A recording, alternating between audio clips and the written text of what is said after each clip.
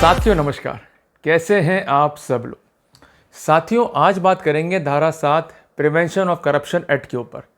साथियों यूजुअली क्या होता है कि जब भी पब्लिक सर्वेंट के ऊपर धारा 7 प्रिवेंशन ऑफ करप्शन एक्ट के तहत एफआईआर दर्ज होती है, ही गॉट कन्फ्यूज्ड कि मैं केस को कैसे फाइट करूं। एलिमेंट्री उसके पास इंफॉर्मेशन तो होती है कि डिमांड को डिस्प्रूव करना है, एक्सेप्टेंस को डिस्प्रूव करना है, रिकवरी को डिस्प्रूव करना है या डाउट क्रिएट करना है, और पेंडेंसी ऑफ वर्क पे जो है मुझे काम करना है। बट एक्चुअली प्रॉब्लम क्या होती है कि we are not conceptually clear, या हमें इस बारे में जो है इन्फॉर्मेशन नहीं होती है, तो हम केस को जो है ईजिली फाइट नहीं कर पाते।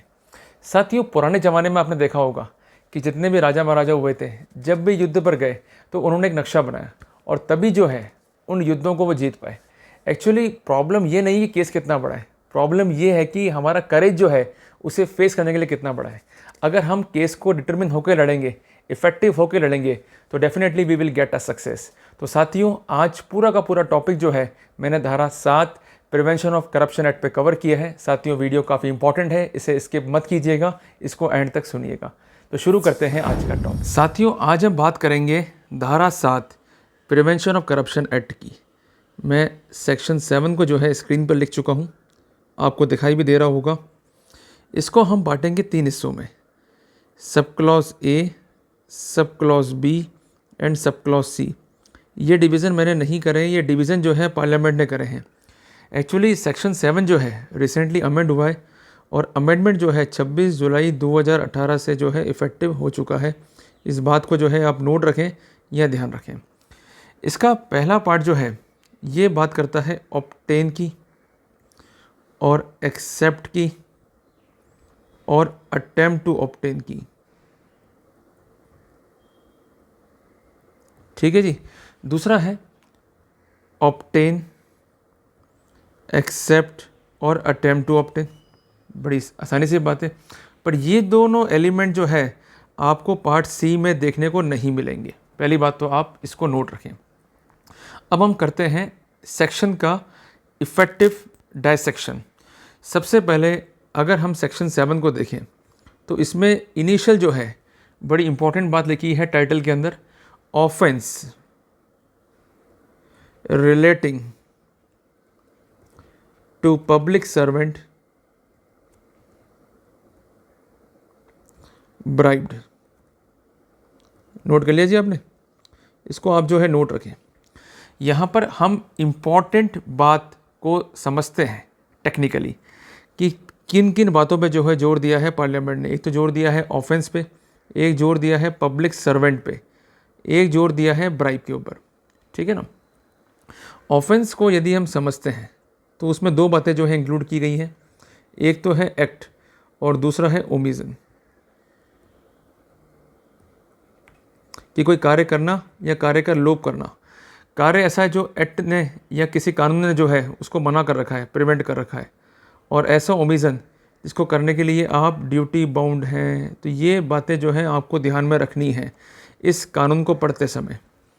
इसमें वर्डिंग्स क्या है, एनी पब्लिक सर्वेंट। तो सेक्शन 7 को यदि हम देखें तो पहली बात हमें क्या समझ में आती है कि ये कानून जो है या धारा जो है ये लागू है पब्लिक सर्वेंट के ऊपर। ठीक है ना। अब पब्लिक सर्वेंट क्या है, जिसको डिफाइन किया गया है सेक्शन 2C PC एक्ट के अंदर। इसके लिए अलग से मेरा वीडियो है जिसको आप जाके देख सकते हैं आई बटन के ऊपर। अब पब्लिक सर्वेंट के लिए 3 कैटेगरी को बांटा गया है। पहले कैटेगरी जो मैंने आपसे कहा A, और उसके बाद हमने देखी B, फिर हमने बांटा C। तो हम बांट रहे हैं पहले A कैटेगरी में, इसको हम एम्फेसिस कर रहे हैं। A में क्या है कि 3 बातें जो है बड़ी जोर दी गई है। पब्लिक सर्वेंट जो ऑब्टेन करे या एक्सेप्ट करे या एग्री टू ऑब्टेन हो। क्या है जी, अनड्यू एडवांटेज। ये आप जो है नोट रखें, undue advantage from any person.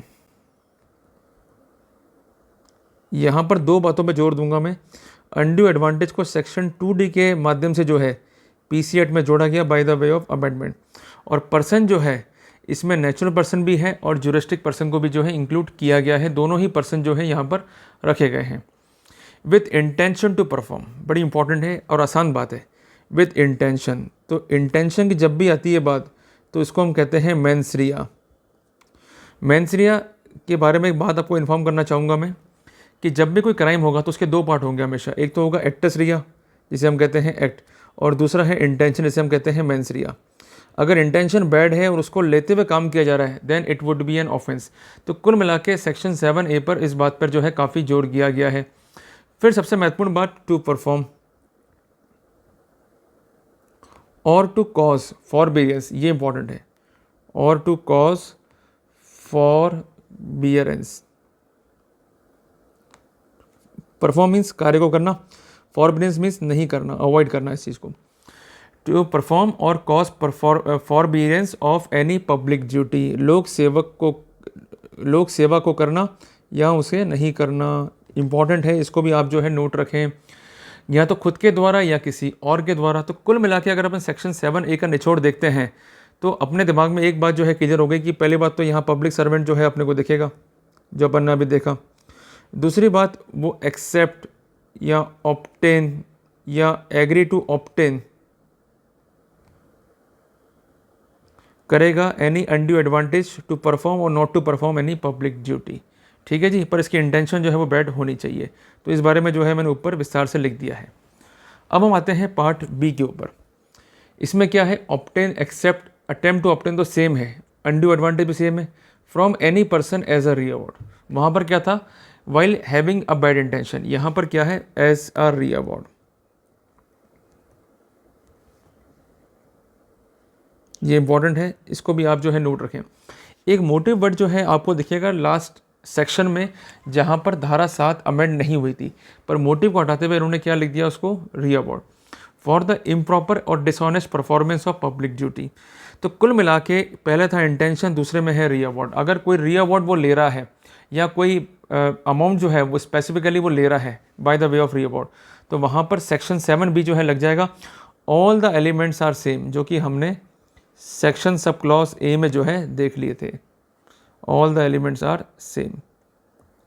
अब हमारे पार्ट सी में कि परफॉर्म करता है या इंड्यूस करता है, परफॉर्म और induce another public servant to perform a public duty,